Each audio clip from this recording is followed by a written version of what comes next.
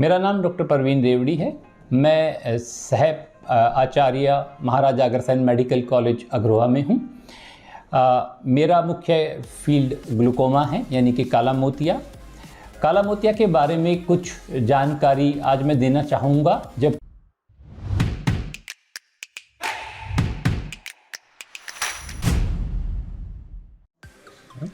मेरा नाम डॉक्टर परवीन रेवड़ी है। मैं सह आचार्य महाराजा अग्रसेन मेडिकल कॉलेज अग्रोहा में हूँ। मेरा मुख्य फील्ड ग्लूकोमा है, यानी कि काला मोतिया। काला मोतिया के बारे में कुछ जानकारी आज मैं देना चाहूँगा, जबकि हम विश्व ग्लूकोमा सप्ताह मना रहे हैं 6 से 12 मार्च के बीच में। मैं कुछ जानकारी के साथ साथ कुछ जो भ्रांतियाँ ग्लूकोमा के बारे में हैं, उनके बारे में भी अपने विचार साझा करूँगा। सबसे पहले कि काला मोतिया होता क्या है और ये सफ़ेद मोतिया से किस प्रकार भिन्न है। काला मोतिया हमारी आँखों की नसों की एक बीमारी है। आँखों की नस वो चीज़ है जिसको हम तंत्रिका भी बोलते हैं, जो हमारी रोशनी को आँखों से हमारे मस्तिष्क तक लेकर जाती है। जबकि सफ़ेद मोतिया हमारे आँखों के लेंस की एक बीमारी है, जिसमें हमारा पारदर्शी लेंस धीरे धीरे सफ़ेद पड़ जाता है।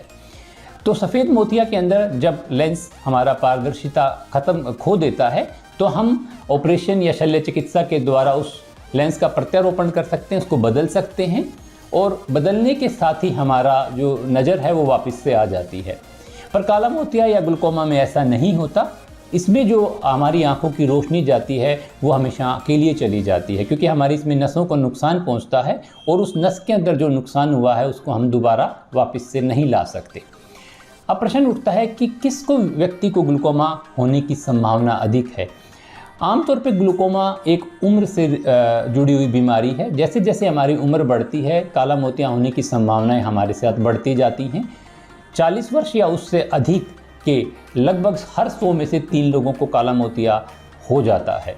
तो मुख्य बात यही है कि हम 40 वर्ष की उम्र के बाद लगभग साल में एक बार अपनी आँखों की जांच जरूर कराएं नियमित रूप से, ताकि हम काले मोतिया से अपने आप को बचा सकें। तीसरी बात आती है कि ग्लूकोमा किस प्रकार से हमारी आंखों को ख़राब करता है।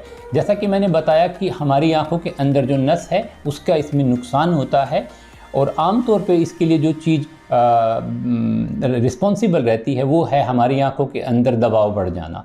तो हमारी आंखों के अंदर धीरे धीरे जब दबाव बढ़ता है तो उससे हमारी आंखों की नसों को नुकसान पहुँचता है। अब क्या हम इसको रोक सकते हैं या क्या इसका इलाज कर सकते हैं? हम ग्लूकोमा या काला मोतिया को रोक नहीं सकते, पर हम इसका इलाज करके इससे होने वाली अंधता से बच सकते हैं। इलाज के लिए हमारे पास दवाइयाँ, लेज़र, शल्य चिकित्सा सभी प्रकार की सुविधाएं उपलब्ध रहती हैं। सबसे ज़रूरी जो बात ये है कि हम समय रहते इसको जान सके, समय रहते इसको पकड़ सके, और उसके लिए आवश्यक है कि हम नियमित रूप से अपनी आँखों की जाँच कराएँ। ज़्यादातर जो मामले होते हैं उसके अंदर काला मोतिया के शुरुआत में कोई लक्षण नहीं आते हैं। ये लक्षण रहित बीमारी है शुरुआती दौर में, इसलिए जब तक हमारे लक्षण आते हैं तब तक हमारी बीमारी काफ़ी आगे बढ़ चुकी होती है। इसलिए नियमित जांच ही कुंजी है जिससे कि हम अपनी आँखों को काले मोतिया से बचा सकते हैं। इसके अलावा कुछ एक जो डर है कि काला मोतिया सभी में अंधता कर सकता है। जी हाँ, काला मोतिया से सभी में अंधता हो सकती है यदि हम उसका उचित समय रहते समय पे ट्रीटमेंट नहीं लेंगे। यदि हम समय रहते उसका इलाज कर लेते हैं तो काले मोतिया में होने वाली अंधता से हम अपनी आँखों को बचा सकते हैं।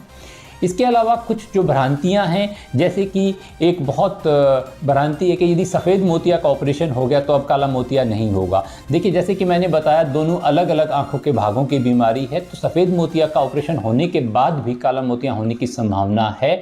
तो इस चीज़ को आप नेगलेक्ट नहीं करें। तो जब भी आपको उम्र के हिसाब से ज़रूरी लगता है, अपनी आँखों की जाँच कराते रहें, जबकि आपका सफ़ेद मोतिया का ऑपरेशन हो चुका है तब भी। दूसरा ये आता है कि काला मोतिया एक लाइलाज बीमारी है। ऐसा बिल्कुल भी नहीं है। जैसा कि मैंने बताया कि आपको दवाओं, लेज़र और ऑपरेशन के द्वारा हम इसका इलाज कर सकते हैं। ज़रूरी है कि हम इसका इलाज समय रहते शुरू करें।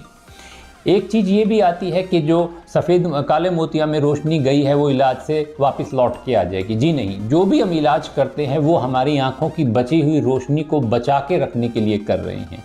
सफ़ेद मोतिया के अंदर आपकी रोशनी लौट सकती है, पर काले मोतिया में जो रोशनी चली गई है वो वापस नहीं लौटेगी। तीसरा, एक और जो बात आती है कि क्या काला मोतिया को होने से ही बचाया जा सकता है। हम किसी भी व्यक्ति के अंदर काले मोतिया को होने से नहीं बचा सकते, पर उससे होने वाली अंधता से बचा सकते हैं। तो इसलिए मेरी आप सबसे बहुत अनुरोध है इस विश्व ग्लूकोमा सप्ताह के दौरान कि आइए और नियमित रूप से अपनी आँखों की जांच कराइए, ताकि हम अपने आप में और अपने परिवार के लोगों में, अपने समाज के लोगों में काले मोतिया से होने वाली अंधता से अपने आप को बचा सकें। धन्यवाद। जैसे कि आपने अभी सुना डॉक्टर प्रवीण रेवड़ी जी को, जिन्होंने काले मोतियों से जुड़ी बहुत सी महत्वपूर्ण बातें आज हमें बताई कि कैसे काला मोतिया होता है और क्या इसके साइंस एंड सिम्टम्स होते हैं, और अगर किसी को काला मोतिया हो जाए तो कैसे वो लेज़र ट्रीटमेंट के थ्रू इसे ठीक करवा सकता है। अगर आप डॉक्टर साहब से मिलना चाहते हैं, इनकी सेवाएं लेना चाहते हैं, तो हमें कमेंट करें और व्हाट्सएप नंबर पर आप मैसेज कर सकते हैं।